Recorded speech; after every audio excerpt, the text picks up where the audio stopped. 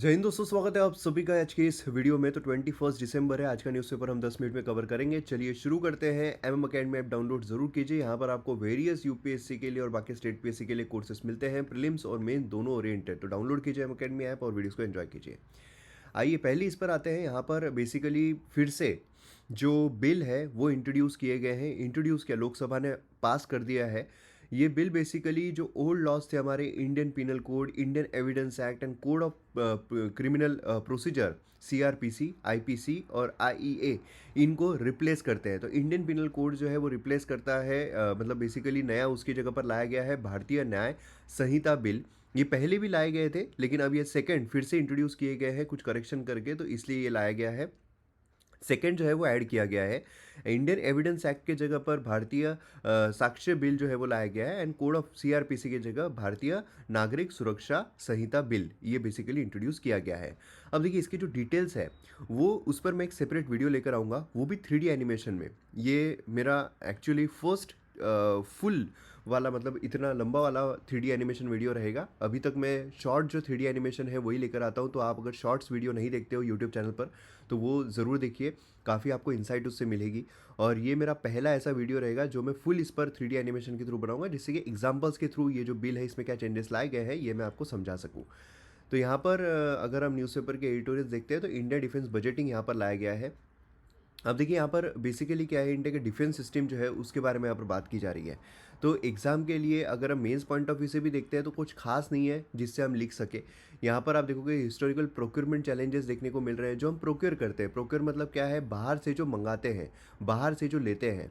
तो बाहर से हमने क्या लिया है, बाहर से हमने रफाल जो है अभी हाल ही में वो हमने लिया, और कई ऐसे हमने हेलीकॉप्टर्स बोलिए या जेट्स बोलिए, ये हम लेते रहते हैं, है ना। जो बाहर के देश होते हैं वो अगर बहुत कुछ अच्छा बना रहे हैं और हमारे डिफेंस सिस्टम को और वो अपग्रेड करता है तो हम वो परचेस करते रहते हैं। तो यहाँ पर 36 रफाल जो है वो लिया गया है, लेकिन फिर भी उसमें जो खामियां हैं, जो प्रॉब्लम्स हैं वो हमें देखने को मिलते रहते हैं कि भाई हमारा रफाल जो है वो हमने जितने सोचे थे उतने हमने नहीं लिए हैं। यहाँ पर कम जो है वो इम्पोर्ट की, उसी के साथ साथ बाकी भी अगर हम देखते हैं तो वही चीज़ आती है। यहाँ पर इलेक्शन साइकिल और डिफेंस बजट क्या यहाँ पर इम्पैक्ट होगा। अब देखिए इलेक्शन आ रहे हैं, इलेक्शन आ रहे हैं तो यूपीएससी एस्पिरेंट के लिए बहुत अच्छी चीज़ है कि भाई यहाँ पर बजट जो है वो नहीं आएगा। पुराना जो बजट है वही यहाँ पर, मतलब थोड़े बहुत चेंजेस उसमें करके वो लाए जाते हैं। ऐसा नहीं कि कुछ नई स्कीम या नई चीज़ें इंट्रोड्यूस की जाती है ना। इंटरिम बजट जिसे कहा जाता है, तो वो इस साल आने वाला है, तो इसलिए काफ़ी मेहनत आपकी बच गई। तो इसलिए क्या है, बाकी जो चीज़ें हैं वो ज़्यादा इंपॉर्टेंट हो जाती है यहाँ पर, क्योंकि बजट इकोनॉमी में अगर आप देखोगे तो बजट बजट ये सब कुछ नहीं रहने वाला है। तो यहाँ पर आप देखोगे तो इंडिया जो है इलेक्शन मोड में एंटर हो रहा है ना। तो इसलिए कंसर्न है कि डिफेंस बजट जो है वो यहाँ पर अफेक्ट हो सकता है। तो इसलिए आर्टिकल जो हाईलाइट कर रहा है अफोर्डेबल डिफेंस यहाँ पर प्रायोरिटाइज करना। ठीक है।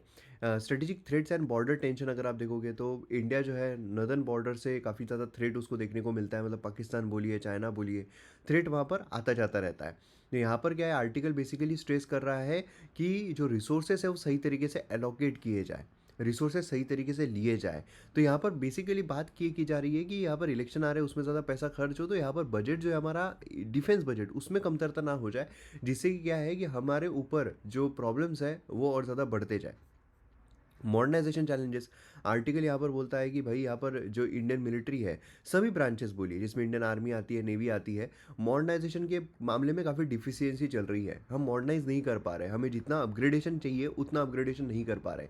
अगर हम कंपेयर करें हमारे नेबरिंग कंट्रीज़ के साथ भी, तो हमारे पास जो जेट्स है ना, जो मिलिट्री वेपन्स है वो अभी भी कम है, उतना हाई फाई हमारा नहीं हुआ है, और हमारा ज़्यादा इंपोर्ट पर डिपेंडेंट रहता है। तो इंडिजीनियसली उसको बनाना, इंडिजीनियसली डेवलप करना, उसमें भी हमारा काफ़ी शॉर्टफॉल चल रहा है। देन यहाँ पर जो टेक्नोलॉजी मॉडर्नाइजेशन है उसका इंपॉर्टेंस क्या है भाई, बहुत इंपॉर्टेंस है। एक तो आत्मनिर्भर भारत ड्राइव चल रहा है ना, उससे आर्टिकल पॉइंट कर रहा है कि लोकल डिफेंस इंडस्ट्री जो है उसको यहाँ पर और अपग्रेड करना पड़ेगा। उसमें काफ़ी खामियां चल रही है, उसमें काफ़ी लैगिंग चल रही है, जिसको बूस्ट करने की बहुत ज़्यादा ज़रूरत है। और बूस्ट करने के लिए क्या चाहिए, पैसा। तो पैसा यहाँ पर और ज़्यादा अपग्रेड करना ज़रूरी है। तो यही चीज़ यहाँ पर बात की जा रही है। पीडीएफ आपको कहाँ से मिलेगी, टेलीग्राम चैनल से मिल जाएगी, तो पीडीएफ आप डाउनलोड जरूर कीजिए। तो यहाँ पर COP28 फाइनली यहाँ पर सबमिट खत्म हुई है, उसके आउटकम्स की यहाँ पर बात की जा रही है। अब देखिए यहाँ पर अब तक जो हमने देखा था ये होना चाहिए वो होना चाहिए, इस पर आर्टिकल्स आए थे, लेकिन ये अब फैक्ट है कि क्या आउटकम उसका आया है। तो COP28 कॉन्फ्रेंस ऑफ पार्टीज 28 कहाँ पर हुई थी, दुबई में, है ना। हमें देखने को मिली थी। तो annual meeting countries under UNFCCC आता है ये, है ना? और उसी के साथ दुबई में हेल्ड किया गया था। काय के लिए? जो भी यहाँ पर डेवलप और डेवलपिंग नेशंस है उनको किस तरीके से जो क्लाइमेट चेंज है उसको मिटिगेट करना है, नई कौन सी चीज़ें अडॉप्ट करनी है, फाइनेंसिंग से रिलेटेड क्या क्या रूल्स रहेंगे, ये सारी चीज़ों के बारे में बात की जा रही थी। लॉस एंड डैमेज फंड, ये एक इम्पॉर्टेंट चीज़ है जो जिसकी पिछले इससे भी बात हो रही थी। तो यहाँ पर COP27 ने अग्री किया कि लॉस एंड डैमेज फंड जो है बनाया जाएगा। ये हमने ऑलरेडी देखा हुआ है कि लॉस एंड डैमेज फंड क्या है ना? तो COP28 इसने ऑपरेशनलाइज किया है फंड को, लेकिन सिर्फ $790 मिलियन जो है वही प्लेज किए गए सो फार। जो रिक्वायरमेंट है वो क्या है? वो है 100 बिलियन की, टू 400 बिलियन एन्युअली। सोचिए आप, 400 बिलियन जो है उसकी रिक्वायरमेंट है और यहाँ पर सिर्फ जो 700 मिलियन है, मतलब 800 मिलियन समझ लीजिए, उतना ही अभी तक प्लेज हो पाया है। तो इसलिए यहाँ पर काफ़ी ज़्यादा इसमें भी कॉम्प्लिकेशंस हमें देखने को मिल रहे हैं। दूसरा, ग्लोबल जो स्टॉक टेक है, जीएसटी इंट्रोड्यूस किया गया है। GST access global progress under Paris agreement. Transition जो है फॉसिल फ्यूल प्लेस से यहाँ पर अभी जा चुका है, लेकिन यहाँ पर प्लास्टिक, ट्रांसपोर्ट एंड एग्रीकल्चर जो है उस पर यहाँ पर लिमिटेशंस की बात की जा रही है। जो ट्रांजिशनल फ्यूल है, जो अनप्रूवन टेक्नोलॉजीज है, कार्बन कैप्चर स्टोरेज, इसको क्रिटिसाइज जो है वो भी किया गया है। तो अब आपके लिए जो होमवर्क है वो है, कार्बन कैप्चर क्या है। ऑलरेडी यूट्यूब पर मैंने वीडियो बनाया हुआ है, तो आप कार्बन कैप्चर पर मयूर मोगरे डालोगे तो आपको मिल जाएगा। ग्रीन फाइनेंस, यहाँ पर डेवलप नेशन ने रिस्पॉन्सिबिलिटी जो कार्बन फाइनेंस की वो यहाँ पर एम्फेसिस की गई है। तो इनोवेटिव ग्रीन फाइनेंस मैकेनिज्म लाया गया है। यहाँ पर $3.5 बिलियन लिए जाएंगे, लेकिन यहाँ पर यूएन एस्टिमेट जो है उसमें भी अभी शॉर्ट पड़ रहा है कि भाई जितना चाहिए, मतलब बेसिकली क्या है, पैसा जितना डेवलप कंट्रीज ने देना चाहिए उससे काफ़ी कम यहाँ पर देखने को मिल रहा है। तो यही चीज़ यहाँ पर आई गई है। इंडिया की अगर हम बात करें तो इंडिया ने यूएई डिक्लेरेशन साइन नहीं किया है, ठीक है, जिससे कि health care requirement, infrastructure growth के इसमें यहाँ पर कॉम्प्रोमाइज़ हो। इंडिया ने ग्लोबल मीथेन प्लेज जो है वो भी साइन नहीं किया है, क्योंकि methane instead of carbon dioxide वो फोकस यहाँ पर देखने को मिल रहा है। मीथेन इमिशन जो है importance to small and marginal farmers, तो इसलिए क्या है, इंडिया जो marginal, small and marginal farmer है उनके साथ कॉम्प्रोमाइज़ नहीं करना चाहता था। इसका आउटकम अगर हम देखते तो पॉजिटिव आउटकम में यहाँ पर क्लाइमेट एंड हेल्थ पर यहाँ पर डिक्लेरेशन हुआ है। नेचर बेस्ड सोल्यूशन जो है वो निकल कर आया है। फॉसिल फ्यूल जो उस पर ट्रांजिशन हम दूसरी जगह तरफ बढ़ेंगे उसके बारे में बात हुई है। 134 कंट्री ने अग्री किया है कि सस्टेनेबल रिजिलियंट फूड सिस्टम हम लेकर आएंगे। और चैलेंजेस की अगर हम बात करते हैं तो उसमें है फॉसिल फ्यूल सब्सिडीज़ पर डिफरेंसेस देखने को मिले हैं, मार्केट मैकेनिज्म पर डिफरेंसेस देखने को मिले हैं, रिस्की टेक्नोलॉजीज़, है ना, ये सब, और फॉसिल फ्यूल का कंटिन्यूएशन रहेगा, ये भी देखने को मिला है। मिक्स बैक आउटकम रहा है, मतलब कमिटमेंट जो है इतने सिग्निफिकेंट स्टेप नहीं रही है ना। और जो फंड है वो अभी भी शॉर्ट है, मतलब जितना फंड उन्होंने रिसीव करना चाहिए तो उतना फंड भी रिसीव नहीं हो पाया। तो ये सारे चैलेंजेस इसके हमें देखने को मिल रहे हैं। अब देखिए यहाँ पर अवार्ड्स दिए गए हैं। तो नेशनल स्पोर्ट्स अवार्ड विनर अगर हम देखते हैं तो मेजर ध्यानचंद खेल रत्न अवार्ड, चिराग शेट्टी, सात्विक सिराज जो है, इनको यहाँ पर मिला है। और किस में मिला है? बैडमिंटन में मिला है।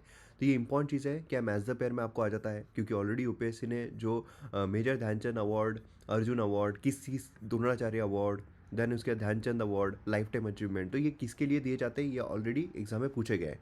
तो ये भी आपका होमवर्क है कि आपको ये देखना है कि मेजर ध्यानचंद अवार्ड किसके लिए दिया जाता है, द्रोणाचार्य अवार्ड किसके लिए दिया जाता है। तो बेसिकली नाम से पता चलता है द्रोणाचार्य कौन थे, तो गाइड थे, मतलब पढ़ाने वाले शिक्षक थे, गुरु थे, तो उन्हीं के लिए दिया जाता है ना। तो ये सब गुरु लोग जो है, जो कोच है, उनको यहाँ पर मिल रहे हैं। अर्जुन अवार्ड जो है काफ़ी अच्छे तरीके से यहाँ पर आर्चरी में मिल रहा है ना, एथलीट्स, ये सब, हॉकी, है ना। तो अलग अलग इनके नाम भी दिए गए हैं। तो क्या है, अगर आपके एरिया से कोई है, आपको इंटरव्यू में पूछ लिया जाएगा, तो ये चीज़ें आपको यहाँ पर पता रहनी चाहिए। और प्लस आपको ये अवार्ड किसके लिए दिए जाते हैं ये भी आपको पता रहना, कितने बार दिए जाते हैं। जैसे प्रीवियस ईयर क्वेश्चंस बहुत इंपॉर्टेंट होते हैं, तो प्रीवियस ईयर क्वेश्चन में मैच द पेयर में पूछ लिया गया था ये अवार्ड किस किस के लिए दिए जाते हैं। अब आ सकता है जैसे एक साल में 2 ही बार मिल सकते हैं, है ना, ऐसे, मतलब कुछ भी उसमें इंक्लूड किया जा सकता है कि भाई ये एक बार, एक पूरे लाइफ टाइम में किसी को सिर्फ एक ही बार मिल सकता है अर्जुन अवार्ड, या फिर अब तक इतनी ही बार अर्जुन अवार्ड दिया गया है। तो ऐसे क्वेश्चंस आपको एग्जाम में आ सकते हैं, तो इसको अच्छे तरीके से पढ़ लीजिएगा। तो ये था आज का हमारा न्यूज़पेपर एनालिसिस। मिलते हैं हम अगली वीडियो में। जय हिंद।